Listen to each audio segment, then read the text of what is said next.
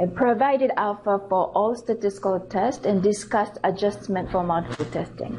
And why they say if you provide, what is the alpha you use? And because of multiple testing. So when you have many, many p-values, and you probably no longer can use alpha of 0.05. So therefore they are telling, did you adjust for multiple looks for your p-value, and are you still using 5% alpha, or you're using more rigorous alpha? Okay, so these items are linking to p-value adjustment for multiple comparison. That's the next topic. Anyway, so let's review what the p-value. P-value is the probability of detecting a difference based on your data when drug absolutely doesn't work. So the p-value is really the probability of a false discovery. Okay? So if the p-value is less than 5%, what does it mean? Chances you mistakenly claim and there is a difference when there is absolutely nothing is less than 5%. So if that mistake, chance of mistake is less than 5%, okay, it's okay, and I permit you. You can claim statistical significance. Right? So every time you do statistical testing and you have 5% chance mistakenly judging the effect of drug. Right? So here I did the simulations, and what I did is I randomly generated 20 values, and then arbitrarily I assigned 10 of them to group A, other 10 in group B. Right? So therefore A and B should not have any difference. So I'm just randomly picking, okay, and then there's no difference. So let's see. Okay? So I generated this 5 times, and the p-value, TP means t-test p-value, p-value based on student t-test, is greater than 0.05. So my simulation is working. It's not detecting difference, which is good. But if I repeat this 20 times, what happens? Actually one chance, and just by random knowledge, and I detected the difference, or I generated data and which show difference. So every time you compute p-value, you have a 5% of chance making mistake. That means if you repeat this 20 times, and probably one of them you pick up by mistake. Right? So the reviewers or readers, and we want to reduce this type of false discovery as minimum. So if we don't want to claim drug effective, if drug is not really effective, what can we do? And we can make statistical tests more rigorous, right? So that's, have you ever heard of Bonferonni adjustment? So more p-value you generate, and you probably cannot use 5%. You have to make statistical tests harder, right? So here's the example. And I have 3 new drugs, and I want to compare these 3 drugs to existing standard of drug. So I have 4 groups of patients, and assign either 1, 2, 3, or control group. Right? And a total of 6 pairwise comparison we can perform if you do t-test, comparing drug 1 to control, 2 to control, 3 to control, 1 and 2 and 2 to 3, and 1 and 3. Right? So each t-test gives you p-value. And when you submit the paper graph like this or paper like this, reviewer probably say, you cannot claim statistical significance by using 5%. Right? So here you are saying these 4 pairwise comparisons are statistically different. And although, right, you look at 6 times, so you have to multiply your p-value by 6. And if you multiply your p-value by 6, and only just 1 survive, okay? So we lost the significance of these 3 pairwise tests. So this is called the Bonferonni adjustment.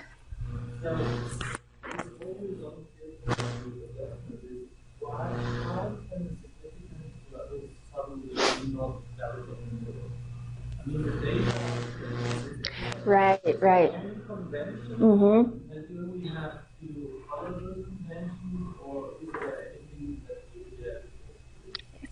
So this area you have a huge controversy, and I mean, statisticians, I even believe p-value is sort of descriptive data. I mean, that's what they are. So, I mean, if one drug is remarkably great, and for the fact that you look at other drug and shouldn't penalize you to look at this remarkable drug. Okay? And then I don't think adjustment for p-value is really relevant. But this is the fundamental reason for this is whether you're doing it, whether you are not doing cherry pick or not. So if you conducted hundreds tests, and if you're showing everything, and then I think it's okay. But what happens is if you look at 100 times and in your paper you only report significant one, and then as you never look at other 99, then that is a problem. So as long as you are not trying to cherry pick, I think it's okay not to adjust. And although, unfortunately, the multiple comparison adjustment are in the checklist. So many reviewers, they don't really understand the fundamental concept. And then they just say, if you have 6 p-value, multiply p-value by 6. So many times, and they tell you to do it anyway. So we tried many times to try to convince reviewers. We are showing everything, and then we are not trying to pick particular markers. We want to study every single markers, and therefore we are not going to adjust multiple comparisons. And I haven't had a good luck with that. So it's better to publish 3 papers and p-value. If you think this is sort of playing a game, so why don't we play the game as well? Yes. Or I'm recording this, I probably have to edit. But okay, for the multiple comparison, some people use a different method. Yeah. Mm-hmm. This is Which method should we use? Because sometimes there is some difference. That's right. All right. So I will show you 3 other methods which are relatively easier. The reason Bonferroni becomes so famous is very easy to do. Yeah, that's all. So, zone free again. When you're adjusting, you have to adjust for every possible comparison.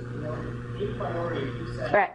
I don't care about drug 1 and drug 2. I want to know about drug 1 versus drug 2 versus Yeah. Can you specify that example? Sure. Mm-hmm. So pre-specification becomes very, very important. So I will get in there in the next 3 slides. Okay. The best example is drug 1 is a real drug, drug 2 is water. Mm-hmm. Right. So your adjustment makes sense. Yes, so there is a method actually. So here is, so what I did is, so let me get into that. And I just put the table, create this p-value and put in the table, and then list it from a p-value, pairwise comparison with the smallest to largest p-value. Okay, so that's the next slide. So here, group 1 versus control provided p-value 0.002, so I put it at the top. And 1 versus 3 have the largest p-value, so I put it at the bottom, okay? And the Bonferroni adjustment, and you simply multiply everything by the total number of comparison you did, so multiply by 6, okay? And then there is a method called the Dannett method, and Dannett method is you a priori specify the pairwise comparison you want to perform. So I say I'm not really looking at 1 versus 2, 2 versus 3, and I want to compare new drug to existing drug. So my pairwise comparison is only 3, so I'm not going to penalize myself, multiply by 6. But I do multiply by 3. Okay. But for multiple comparison, you do the thinking first, then you test. Yeah, ANOVA test? Yeah. Yes. So that's the next slide. Okay, so I'll explain that. Right? So here we are not doing ANOVA. You actually don't have to do ANOVA if you go ahead to multiply p-value. Right? But anyway, there is a benefit of doing ANOVA, but I'll explain that. And there is another method. There's tons, maybe 20 or 30, 50, 60, many methods to do adjustment. And then here I'm selecting the method. You can do it by hand easily. So another method is called the Holmes method, and Holmes method penalizes most for the smallest p-value, but don't penalize on the largest p-value. So you multiply this 0.002 by 6, but then second one you multiply by 5, 4, 3, 2, 1. So the last one you don't multiply at all. Okay, so this is so-called Holmes method. And then recently becoming very popular is called the FDR method, so method of a false discovery rate.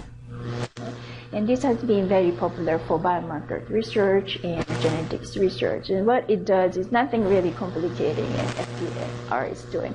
What it does is, okay, here, and you put the, so numerator and denominator, you have a ratio, okay? So you multiply p-value by this ratio, and denominator increase from 1 to 6, and the numerator stayed 6. So that's FDR method, and then this is especially called the Benjamini-Hochberg method, which is probably the most commonly used method now in the biomarkers and genetics research. It's easy, can do it by hand. And then the next method is the same FDR method, and they call the Benjamini-Yaquitelis method, and which is the same as Benjamini-Hochberg's method, but only difference is Py method have this fixed value. Since we have a fixed value, we just add up 1 over 1, number 6. One is German, the other Italian. So in all of them, do you have to adjust for multiple comparisons and multiple comparisons? That's right, if you do all of them. Yes. And so, with current technology now, computing power, because I think all these have absolute numbers. These are not just pulled out of there, you can actually look at the probability. right. Plug in now and do the exact number Yes. rather than doing Yes. adjustments Right. by plugging in to see what how the multiple measurements really give you what. Yes, that's my recommendation. So these are conventional methods and got popular because it's easy to do. But then, really, what is a probability of false discovery rate? It depends on the data. So, for example, if you have a multiple biomarkers, okay, so you have 10 biomarkers, and then they are all measuring similar thing, inflammations, for example, and then so those measures are correlated. So of course, one detect the difference, other probably detect difference too. It's not just by multiple looks. So more correlation you have among these multiple comparisons, and you don't have to penalize much. So the best way is you compute what is a correlation, and then plug that into actual math, and then to see how much is occurring by looking so many times. So that is the best approach. But it requires programming. So, I mean, these methods are still more conventional method because it's so easy to do. But unfortunately, there's no clear guideline which method you should be using. And probably the important thing is you show you know the knowledge, you know this concept, and you consider it. And, so you just said you're correct that it's less stringent if the traits are interrelated. right. Yes. Yes. Or the biomarkers. The biomarkers. Yeah. So sometimes, yeah. Yes. Yeah. Yeah. What's the name of that less stringent test?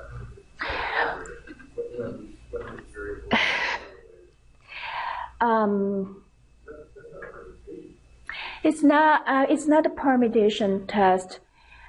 I mean, there is a papers and talk about you don't have to adjust for multiplicity when you have a coordinated variable. So you can cite those papers. And then there is a method called the MANOVA method, multivariable analysis of variance. So we can simultaneously look at if at least one markers are different. And so that's a big statistical model, and it can actually incorporate more than one outcomes. And then sort of we can put, it's a similar idea as ANOVA, and we can simultaneously test if at least one of the biomarkers are different or not. And if it's detected, then you don't have to worry about multiplicity adjustment, which I will. I have a slide talk about ANOVA, so I'll explain it next. So for statistical rate, do you still use it 105, or can you change the measure? Oh, yes. So there are two ways you can do multiplicity adjustment. So what I showed you is multiplying p-value. Okay, so if you multiply p-value, and you can use 5% alpha. Okay, so you don't have to adjust alpha. Right? So other people say, I don't want to adjust the p-value, so I just show the p-value I computed, but then I lower the bar. So use alpha smaller. So instead of using alpha of 5%, use alpha of 1% or even 0.1%. So doing this, you're adjusting p-value, so don't adjust alpha. Alpha is 5%. Well, I read an article was discussed a different method before. So like they said, well, different method will have different chance for you to get type 1 error, type 2 Yes. error. For example, Bonferonni, you have a less chance to get type 1 error, which should, Right. but have more possibility for you to get Type 2 errors, right. So that is a criticism, especially the Bonferonni, and Bonferonni are very, very conservative, so that it inflates type 2 error. What is a type 2 error? When there's a signal, you can detect it. Yeah. But I think people are more worrying about type 1 error because once drug is approved and then placed on market, it's hard to recall back. But if you have a type 2 error, even if you can't detect it, someone else will detect it eventually. So in the field, then we worry more of type 1 error. But yeah, I mean, you're right. We are probably missing a large signal by doing adjustment.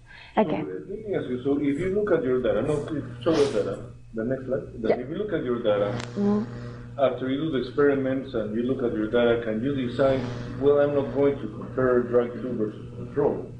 Right. Or drug 1 versus drug 3. Can you make the decision then and not be penalized? It's better if you do it at trial, right? So before you look at data, and we have to write that in the protocol, right? So pre-specification becomes important. So let me talk about 2 more slides, and actually I do have strategies to avoid these multiplicity issues. So I'd like to hear what you think, which I think is very important. Okay? So this one is ANOVA method. So ANOVA, I heard we had to do ANOVA anyway, even when we do Bonferonni testing. But ANOVA is actually the one method you might avoid multiplicity adjustment. So what ANOVA? And ANOVA is, I'm sure you know that we use ANOVA when you have more than 2 comparison groups, 3 or 4 and 5. And then why we have to use ANOVA when we have many groups is to avoid the multiplicity issue. So what ANOVA does is ANOVA simultaneously tests the mean of outcome variable is the same across entire groups.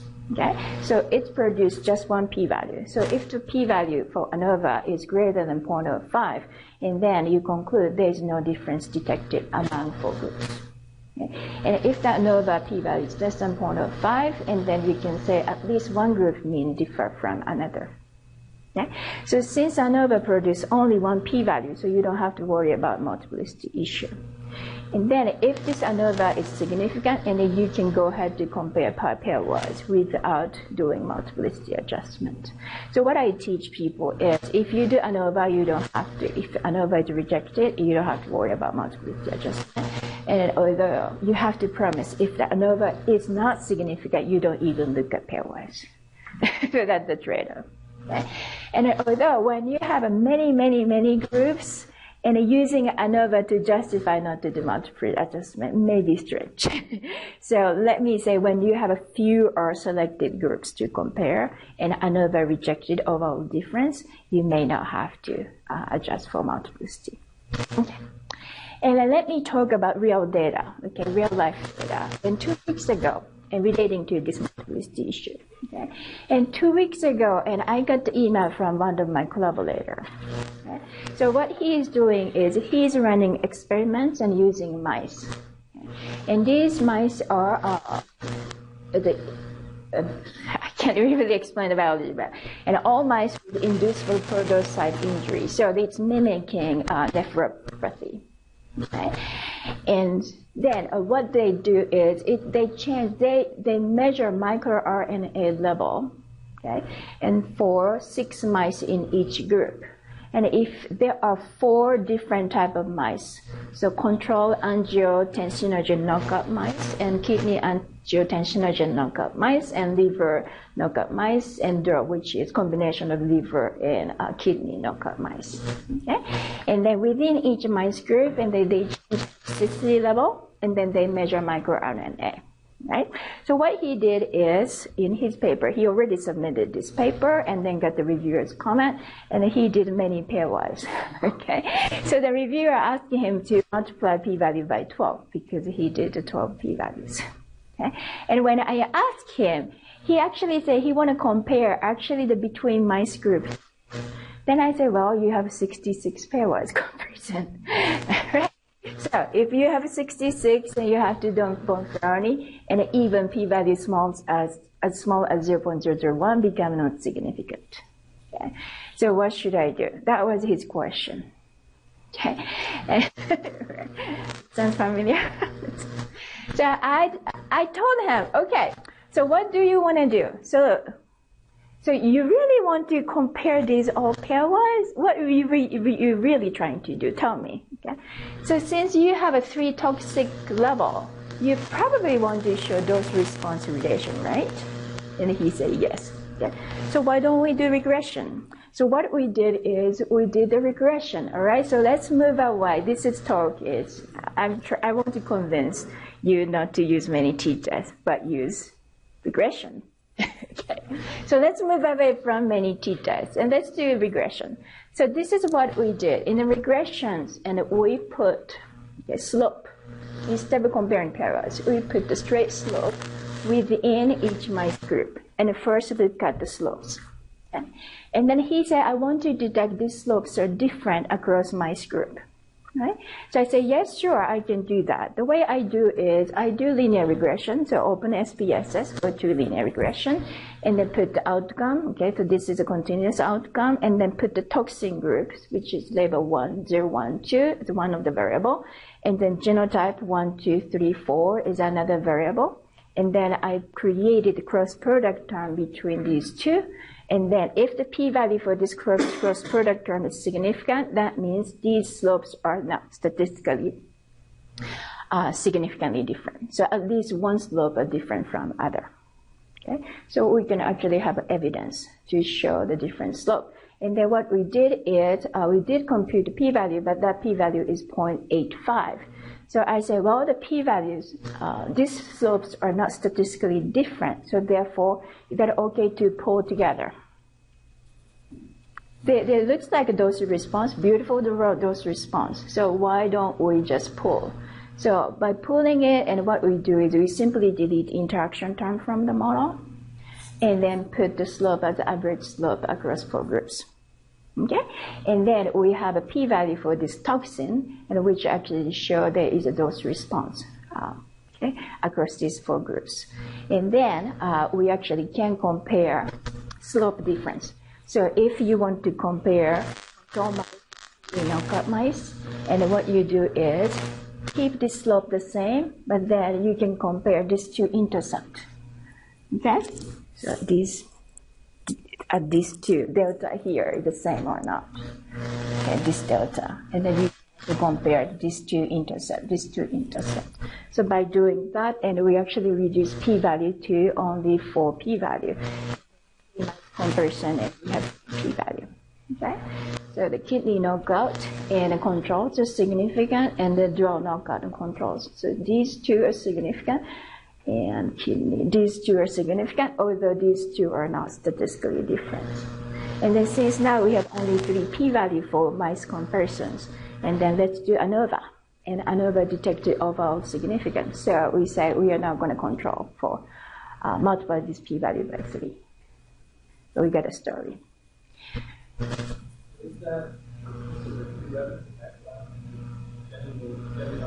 General linear model. Yes. Yeah.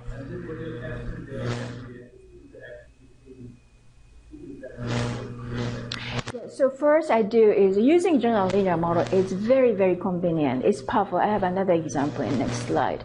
And what it does is the linear regressions, and you can tell computer toxin level, we can put, if you want to do the dose response, and you just code 0, 1, 2, okay? And then tell computer these are continuous variable. You now do, it's not the grouping variable. So if you say these are continuous variable, in SPSS there are 2 boxes. You put it a covariate box, or you put it a factor box. And you put it a covariate box, it put the straight line. You put it in a factor box, it compare pairwise. Okay? So the toxin, you put it under covariate. And genotype, since there is no directionality, so we cannot put the straight line. So we put the genotype under factor box. Okay? Then SPSS, there is a procedure you can create a cross-product term here. Okay? And the p-value for that cross-product term is you can test these slopes are statistically meaningfully different. So how to do part, and I actually do have videos, and I'm going to create more videos, especially for basic science research. So if you're interested, and please watch the video and let me know also what type of videos you want me to create. I'm happy to provide the support. And there is another example. Example is fun. This month, and I'm working with a group in the clinical pharmacology, and we are doing a big PPG together. And one of the projects, and we are looking at the effect of familial cholesterolemia, and they have impact as a pro-inflammatory impact. Okay, so the outcome is a TNF alpha. And we have a group 1, the patient who has a familial cholesterolemia. We call it FH. Okay? And then we also want to control for who have a CAD, because increase in inflammation with FH, it could be due to the fact most of these patients have a CAD. So we included the group 2, the patient who have a CAD but not FH. And then group 3 is a normal. A group of normal patients. And then we also wanted to see if the difference of inflammation by FH is not confounded by LDL. So we plan to repeat experiment using LDL as an outcome variable. Okay? So if you have main outcome of TNF alpha and sort of controlling variable with LDL, we call it confounding variable. Okay, and if you do pairwise comparison, and you might pair, it's pairwise. But by doing that, you have a problems. Okay, so Bonferroni comes in. Okay, we can no longer use p-value without multiplying by 6. So what should I do? And this is the resubmissions. So what the reviewer actually told us is prioritize your analysis, okay? And instead of putting many pairwise, and prioritize your analysis. Okay? So original grant submission, we put in this way, we do many pairwise, and then instead of using 0.05, and we divide alpha by 6, so we penalize ourselves by doing many analysis. But reviewer didn't like that, so they asked us to prioritize your analysis. So instead, in this type, this time of submissions, what we are doing is, okay, forget about pairwise. And since we know group 1 and group 2, and group 1 is have a FH, and most of people have a CAD. So why don't we create 2 indicator variable? One is FH and one is a CAD. So group 1, you code 1, okay? And then group 2, you code no for FH, but yes for CAD, and group 3 code 0, no for both. Okay? And so we did both. And then this analysis, we know our primary outcome is TNF alpha, and LDL is just a control variable. It's a confounding variable. Okay? And so we suggested to do this linear regression. So we do linear regression, FH, this variable, and CAD and LDL both in the equation. Okay? So by doing this, what you can do is you can actually adjust effect of CAD and FH for LDL. Okay, so LDL is in the equation. So what you do is you subtract this pattern from this pattern. See, so you can see elevation of LDL happen between group happen by CAD, right? So it looks like a CAD is increasing LDL. Okay. So group 1 and group 2, FH and CAD. So here, since LDL is the same, but although the TNF alpha is clearly different, these two. Okay? So after, if you include LDL in the equation, you can actually remove effect of LDL in the TNF alpha. Okay? So after you remove that, what happens is you only have this much difference here, this much, okay? And then left in FH. So this analysis, and actually if you look at the p-value for FH, and this effect is only due to whether the patient have FH or not. We adjust it for LDL, we adjust it for CAD. So what we do is a linear regressions, and you can actually use a mask to differentiate where the effect is coming. Effect in TNF alpha is coming. Is that due to FH, or is that due to CAD, or is that due to LDL? And so in this analysis, how many p-values do we want to present as a primary finding, which is only one. Because we don't care the p-value for CAD, we don't care p-value for LDL, those are known fact. What we care is p-value for FH. So we have only one. Therefore, you don't have to adjust for multiplicity. So we get rid of pairwise comparison. Okay, and then another part of the grant, then we wanted to show the mediation. Okay, so instead of confounding, and we wanted to see the effect, differential effect of FH versus not FH on TNF alpha is actually mediated through iso-LG. So here, a mediation analysis is very similar to confounding analysis. So instead of LDL, we put the iso-LG in equation. So in this case, if you don't have iso-LG in equation or CAD in equations, and you clearly see the difference, right? By FH and no FH. But if you include iso-LG, and since the patterns are the same, so after you remove the effect of iso-LG from TNF alpha, and you don't have any effect. Okay? So the significant effect of FH without including iso-LG disappeared by including iso-LG. So this is one of the evidence of mediation.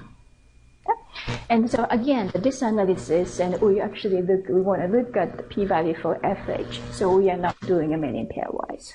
So using a pre-specified regression approach, and you can avoid the multiplicity issue. And then also your analysis have a nice story to present.